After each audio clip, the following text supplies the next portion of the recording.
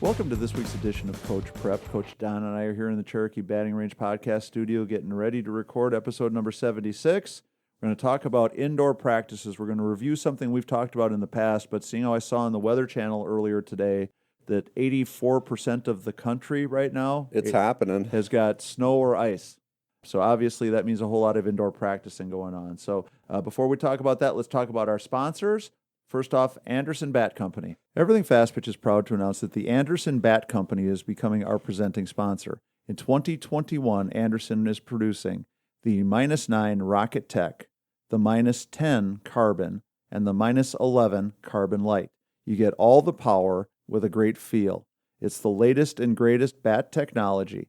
Check out AndersonBat.com if you have any questions. And then let's talk about Patreon, Don. Patreon.com/everythingfastpitch. Those of you that are listening to us here at Coach Prep or Everything Fast Pitch, we really do appreciate the support we're getting from our patrons. If you're in a position where you can support us, become a patron. There's 3 different levels. We would love for you to do so. Coach Don and I really need the support. We're doing everything we can to keep Everything Fast Pitch and Coach Prep growing and to keep it free. And so if you are in a position where you can become a patron and donate to us every month, that would be really appreciated. And we have a bunch of different benefits and things in place to help you, hopefully let you know that we really do appreciate you being a patron. So Don, let's talk about indoor practices. I know I was kind of joking a little bit about 80% of the country having snow or ice, but right now that's just the facts of life. Crazy as it is, some parts of the country where this type of weather, this type of the time of the year is a pretty rare occurrence. I just want to remind our coaching friends that just because the weather is bad doesn't mean that bad practices are okay or no practice is okay. We want to start to think about options, ways to be more flexible, and ways to use different kinds of spaces to make sure that we're getting stuff done. So I think that's probably very relevant for most everyone right now. Even in the South here, Tori, we've got lots of facilities that you can use and utilize in inclement weather, but I can only imagine up north there's even more. And, making time to get in those spaces and do things that are creative, I think are definitely going to transpose over to a better season. Yeah, absolutely. Whether we're at the church gym or whether we're at one of the batting cages or batting ranges in our area, I think that we're in a situation where we can work on the skills that we're gonna use definitely in the spring and summer. Right. Well, one of the things that I think we have to address right away is I think for a lot of us as coaches, we have bad attitudes about the idea of not being able to get out on the field. Our experiences have led us to believe that if I can't be on the field, if I can't have dirt, if I can't have grass, that somehow that means I'm not going to be able to have a good practice. And one of the things that I will say without a shadow of a doubt is all those years I spent coaching in Wisconsin and coaching at UW Parkside, where we were trying to figure out ways to get ready to play early in the spring season. You got it done, though. With no field time, made me a much better coach, made me a much smarter coach. And I think that our challenge now is for our coaches, no matter where you're living, no matter what your climate is normally like, to start to look for ways to be creative, to look for ways to take advantage of whatever spaces you have. And so when I was coaching at Parkside, we would have some days that we would get to use the field house, which was a really nice big space. It was, like 3 basketball courts wide, fairly high ceiling. So we could do infield, we could do some pop flies, we could do everything but really hitting a real fly ball. Right. And that was great. But there would be other nights because of intramurals or baseball practice or wrestling meets or whatever it might be, then we might get 1/3 of that space. There would be other days that we would get to use the wrestling room, which was 50 feet by 30 feet. There were some days we got to use the racquetball courts. Mm-hmm. There were some days we got to use the hallway outside the locker room. And it all just depended on what else was going on in the facility and what was happening. And so it required us to be really open-minded and creative in coming up with ways to practice. And so what I was able to do because of the necessity, necessity being the mother of invention, is to figure out ways to practice in almost every kind of facility. The last option would be sometimes we would get a classroom. Yeah. Sometimes we would push the desks all to the side and we'd have a little bit of space in the middle to do something physical.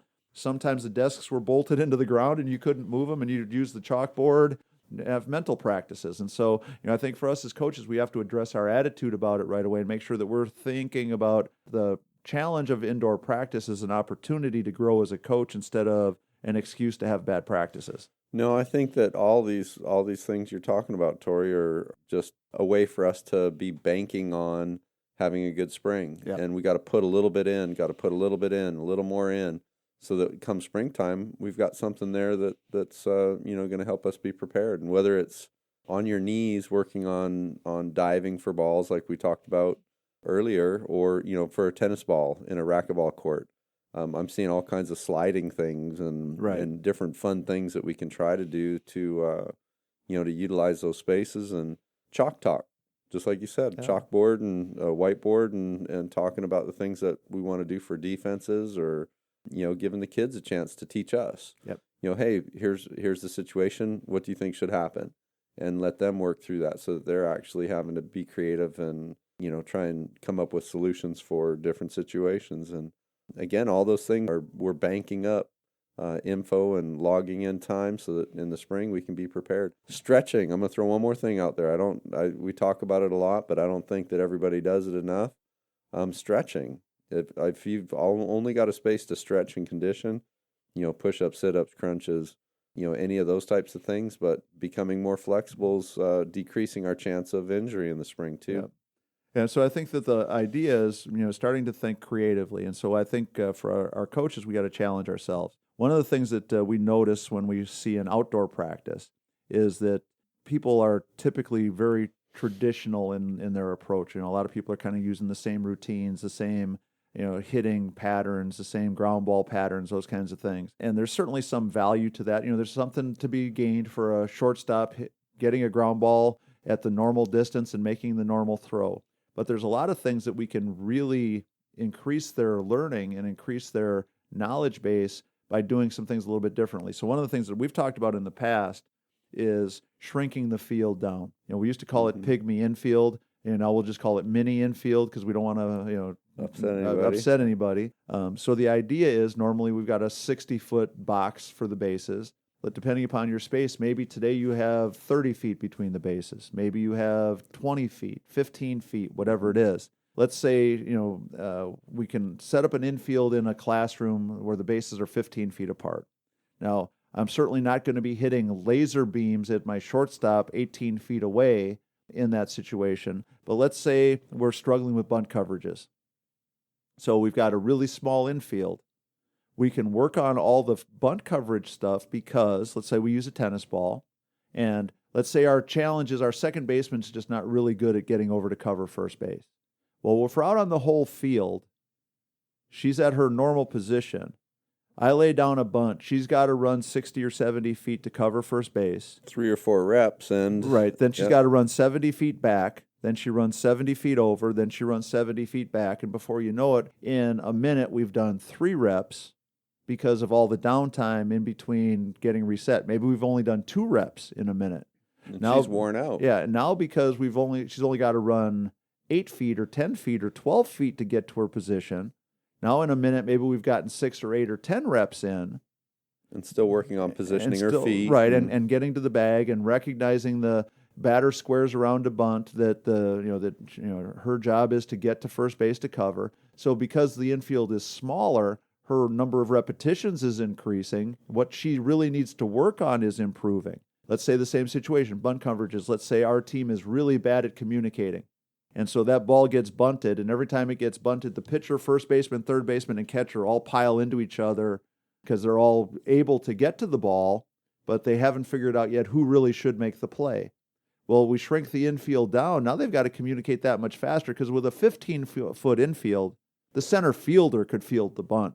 Right. Mm-hmm. So now we've got a situation where those kids have got to talk and communicate and sort it out quicker than they would normally on the field. So now when we get back out on the field, it seems like, wow, this is pretty easy. We've got tons of time to figure out who's going to make this play. And see it developing. Right. And, yeah. Maybe we can use that situation for our third baseman to see that I should really be getting to more of these balls because I've got the best opportunity to make that throw. And so we can communicate it, we can talk it through, we can practice it a whole bunch. And again, because things are smaller, we can work on a whole lot of opportunities, a whole lot of reps for them to learn and see. So the mini infield is a perfect example. Now, a lot of us would look at it and say, well, it's a waste of time. If they're not going to make a throw from where they would normally be, then it's not productive. It's a waste of time. Well, if my weakness is fielding the ball deep in the hole and making a long throw to first, I would agree with you. Doing it in a mini infield isn't going to solve that problem.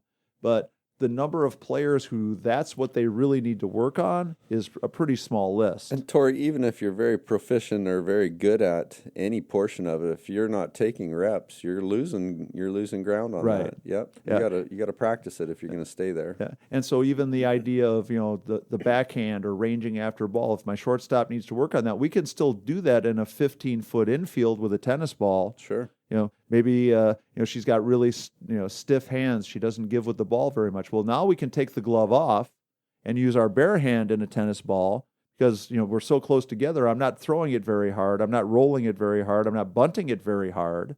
So now we get chances to work on different things. So it all comes back to the idea of I can see it as an opportunity or I can see it as a waste or a futile thing. What are our choices? We stay home and right.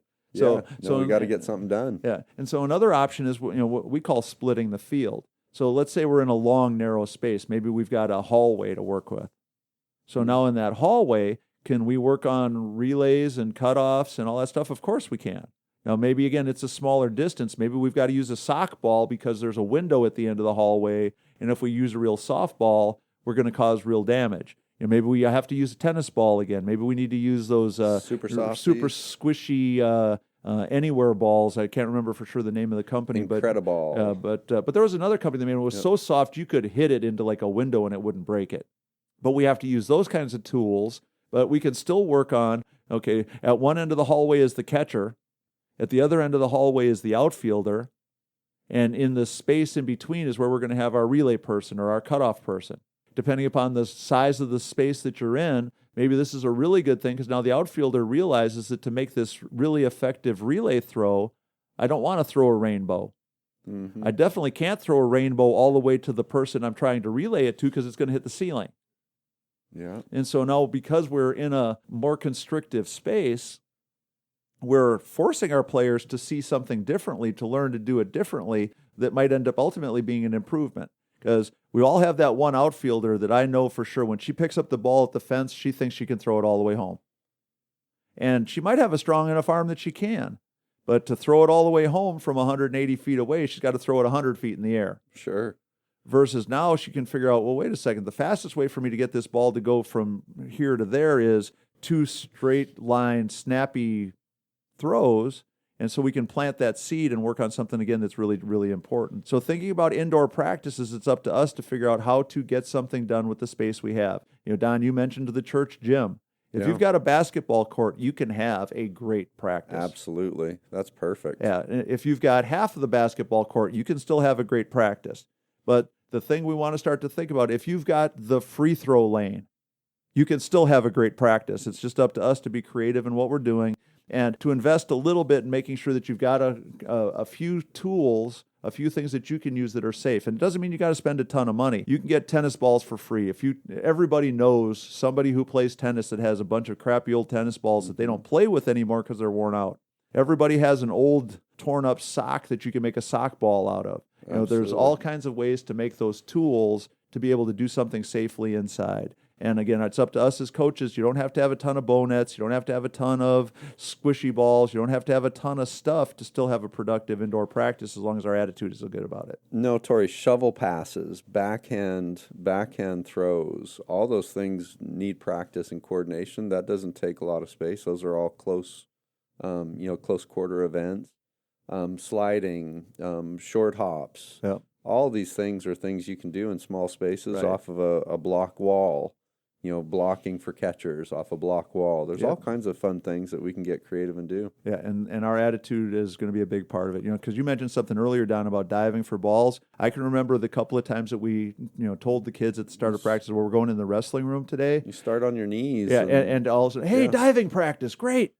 Yeah, you got the mats. And they're laying out on the mats and going all out after the ball and knowing that they're not going to get hurt because of, they're in that situation. And so, again, I think that if we have a good attitude about it as coaches, we can make indoor practices really productive and honestly really beneficial to our overall development. You said it a couple times, Don, about putting money in the bank so when we get out in the field and later on in the spring, we're ready to to get paid off. Yep. I think that these indoor practices are a great way to do that. And again, I think it's up to us as coaches. If our attitude is good, our players' attitude will be better. And if our players' attitude is good about it, we're going to get a lot done. Well, Tori, here's the other piece to me, and this might be a little side note, but the more time we spend, whether it's in a perfect outdoor setting or whether it's in an indoor setting, the more time we spend with our teammates, the more we learn about them, the more we pull for one another, the better the team cohesiveness is. So whatever the event is, spending time with those people, I think, is really important too. Good deal. And I think that that's the hidden message in the whole thing is sometimes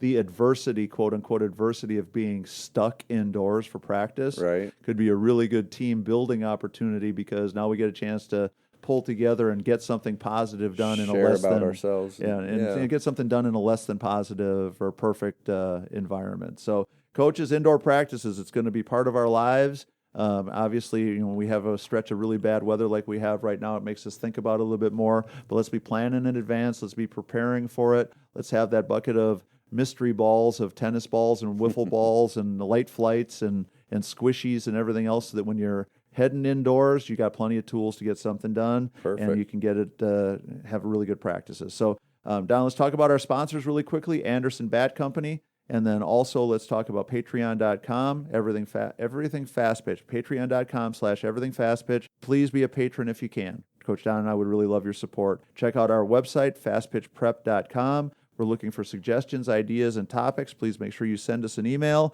with anything you want us to talk about. Coach Don and I really try to do the best we can to answer questions and to talk about stuff that's of interest to you. And the more you share with us, the easier it is for us to do that. So, Don, anything else for episode number 76? No, again, this time of year, that's a great topic today. Love it. Well, everybody have a great week. For Coach Don McKinley and our producer, Stan Lewis, this is Coach Tori in the Cherokee Batting Range Podcast Studio saying thanks for listening to episode number 76 of Coach Prep, and we'll talk to you again next week.